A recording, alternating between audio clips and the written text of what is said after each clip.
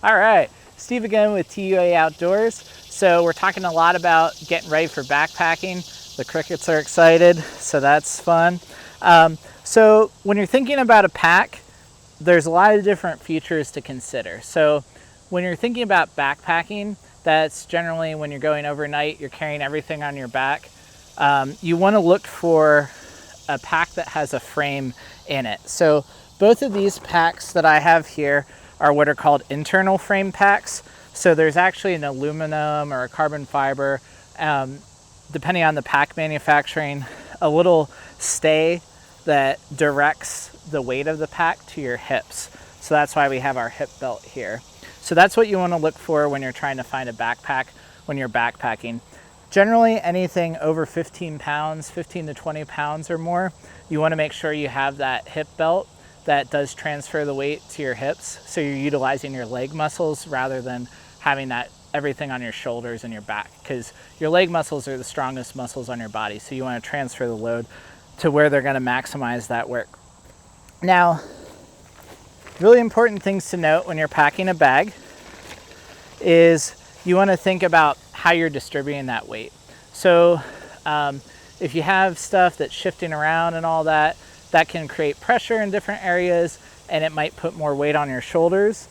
So you want to think about layering it like a sandwich. So your bread in this sandwich is going to be your light items like your sleeping bag and your lighter weight jackets, some of your clothing.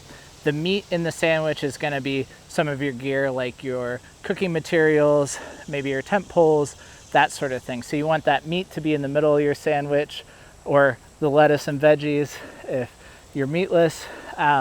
So you want to think about creating that layer there. You also don't want anything that's firm or heavy directly against your back. So again, you want to create that layer. So maybe it is more like a delicious burrito and you're creating that tortilla wrap with all your soft items.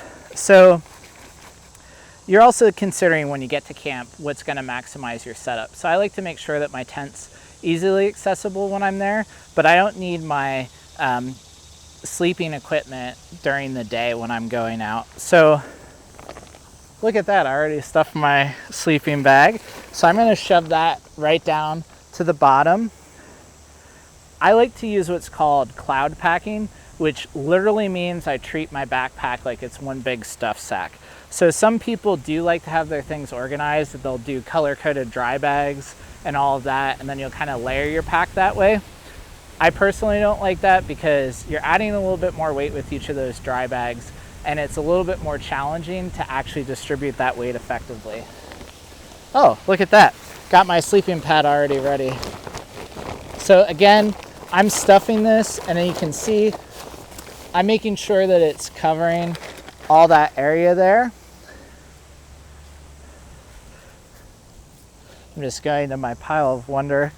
So this here is a base layer top. So I'm gonna, again, this is something I'm probably gonna sleep in. So I'm gonna use this to kind of stuff on the bottom and give myself a little bit of extra space here and kind of filling in the gaps that are left from that space because I had those two items in a stuff sack. You can see my backpack is standing up on its own. So that's our goal when we're packing our back, is it should be able to stand on its own. You don't need to lean it on a tree. That's going to demonstrate that your back or your bag is well distributed, so it's equally distributed throughout. Cool. So I'm going to grab some more gear here. Now, this is just a demo purpose, so I don't necessarily have as much stuff as I might have. So now that we have kind of our soft base, now I'm going to start adding in some of our heavier objects. So this is actually my cook system. So this has my pot that I'm going to be cooking in. It has my little cup for my coffee. It actually has a little coffee pour over setup. And then my stove's actually in here. And then I also have a little mini fuel bottle in here. So I also want to make sure if I'm storing fuel in my pack, I want to make sure it's below any of my food just in case it does leak, because you don't want that to mess it up. So I'm going to put that in the center of my bag. I was lazy, so I didn't prep food, so I just went out and bought some pre-made freeze-dried meals, which is an option you can do. If you like to cook and you want to save some money, it is a little bit more affordable to prep your own meals. That might be in a future video. We'll talk about that. But for the purpose of this trip, I was just like, I'm going to go out and get this Cuban coconut black beans and rice. That sounds great. So I'm going to stick that in because, again, these are dinners that I'm not necessarily going to need. I have here a pair of shorts that I probably wouldn't be taking with me on an overnight trip because I'd be wearing them. Here's my tent. I'm going to get that in here. So again, I can access that. I'm going to bring a puffy jacket along, so even though it's summer, I'm going to be up in altitude, so it might be a little cooler at night.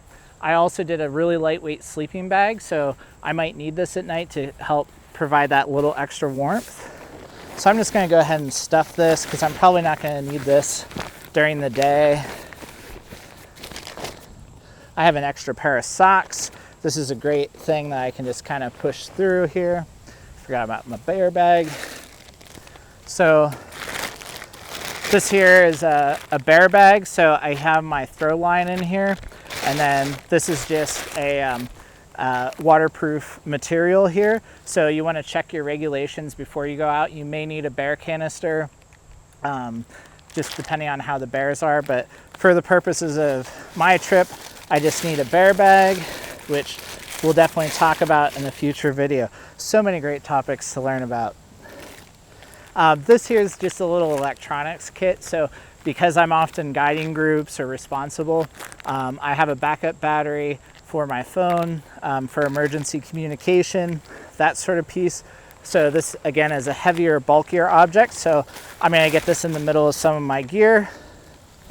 Now, if you remember from one of our other videos, I got my 10 essentials bag. So again, this is something I want really accessible. So I want to keep this towards the top of my pack. It's also a little bit lighter weight. I didn't bring my snacks for lunches, but I would have those towards the top of my pack so I don't have to dig everything out when we stop for a break or whatnot. And then the last thing, oops, I forgot to put my base layer bottoms in, but this is actually kind of great because I can just kind of stuff this in the nooks and crannies and make sure I'm well balanced. And then the final thing I'm going to do is stuff my rain jacket in. So again, I have my weight distributed, and this backpack actually has a roll top closure system, so it kind of works like a huge stuff sack. So again, getting that excess out. Something you may want to consider, so this is a Dyneema material, so this is going to be a waterproof material. So I don't have a pack line or anything like that. A lot of people like to use contractor bags, which are just the more heavy duty trash bags, to work, so you can kind of line your backpack with that. I'm not a fan of pack covers because they can get caught on trees and pull it off. So I just do this straight waterproof backpack, but I have my sleeping bag in that waterproof compression bag. So speaking of compression, the other thing a lot of people miss on backpacks is you have on the side here, these are called compression straps. So you can see this backpack model here, they're a little bit more heavy duty. This here is just some light cordage. You want to cinch these down. So what that does is this cinches down your the load that's in your backpack, so it keeps it from shifting around. It's going to hold it nice and tight for you, and that's going to really help keep that weight distributed. So you can see it's like a magic trick. It's staying right up there. And then I actually have a top strap here. And I try to avoid having things on the outside of my pack. The only thing I want to keep on the outside of my pack is my whistle for emergency communication and my water.